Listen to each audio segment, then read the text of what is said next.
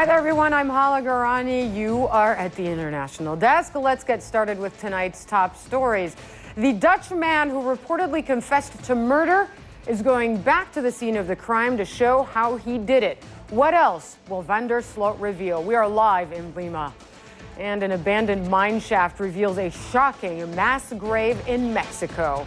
55 bodies discovered. Why were they killed? Plus, the U.S. president bluntly defends his response to the biggest oil spill in U.S. history. Wait until you hear the comment he made about it all. You are at the International Desk. Joran Van der Sloot will soon arrive at a hotel in Lima, Peru, to tell police exactly how he killed a 21-year-old woman. Authorities say the Dutch citizen confessed to killing late Monday. Van der Sloot is now looking at decades behind bars in Peru. Rafael Romo is standing outside the hotel where Van der Sloot allegedly committed the grisly crime. Rafael, what are we expecting Van der Sloot to do today when he arrives at that hotel?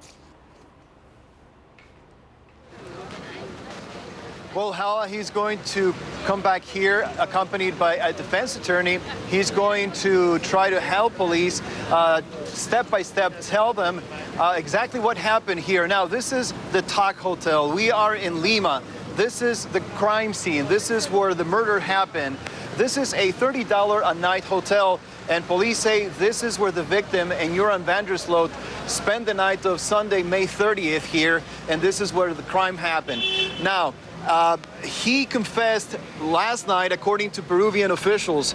He broke down in tears when he made the dramatic confession in the presence of a prosecutor and a defense attorney assigned to him. It was a very dramatic moment. His words, Hala, were, "I did not want to do it. The girl intruded in my private life." And as you can imagine, it's a big story here in Peru today with newspapers talking about it. Peru 21, a local newspaper, says, confesó. Simply that, he confessed. Another newspaper, Trome, says, yo la maté, I killed her. Also, today, he is expected to be formally charged. A judge is going to hear the latest in the case and is going to process the charges.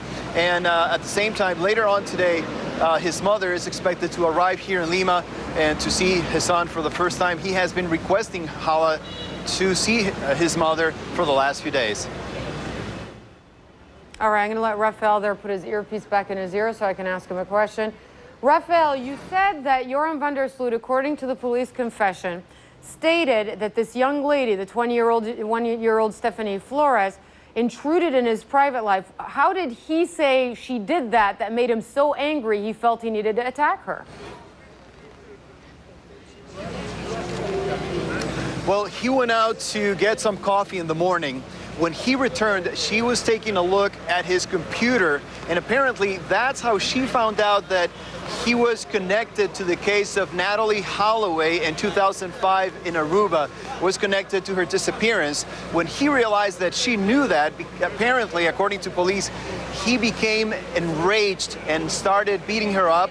The body has multiple bruises and ultimately ended up breaking her neck, and that's how she died, Hala. All right, and as you're talking to us, we're seeing their security video from the hotel where we see Joran Van der Sloot accompanied by Stephany Flores. When does the trial start? I mean, I know it can take quite a long time sometimes in Peru. That's right, but definitely his confession is going to make it much more faster. I was speaking with a criminal attorney who was telling me that it's now going to be a 6 to 7 month process before we learn what kind of a sentence he is going to get. And the fact that he confessed is going to be a mitigating factor that instead of getting the maximum sentence allowed for murder here in Peru, he's probably going to get less. The maximum would have been 35 years, Hala. All right, I said trial. I should have.